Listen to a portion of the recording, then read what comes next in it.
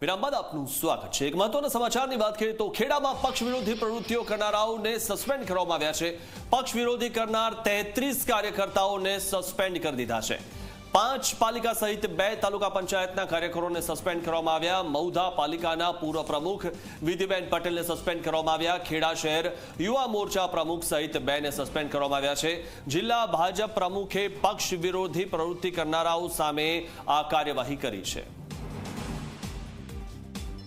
Bharatiya Janata party એ સંગઠનાત્મક રીતે સિદ્ધાંતોથી કામ કરતી પાર્ટી છે। એનો દરેક કાર્યકર્તા પાર્ટીએ નક્કી કરેલી સિસ્ટમમાં શિસ્તબદ્ધ રીતે બંધાયેલો હોય છે। આ સામાન્ય ચૂંટણીમાં 109 સીટ પરની ચૂંટણીમાં 177 સીટ પર ભારતીય જનતા પાર્ટીના ઉમેદવારો લડે છે।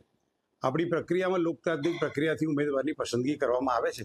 તેમાં ભારતીય જનતા પાર્ટીના મેન્ડેટની સામે ઉમેદવારી કરનાર કુલ 33 લોકોને આજે તેમના પ્રાથમિક સભ્ય પદેથી અને સક્રિય સભ્ય પદેથી સસ્પેન્ડ કરવામાં આવે છે। તો જૂનાગઢમાં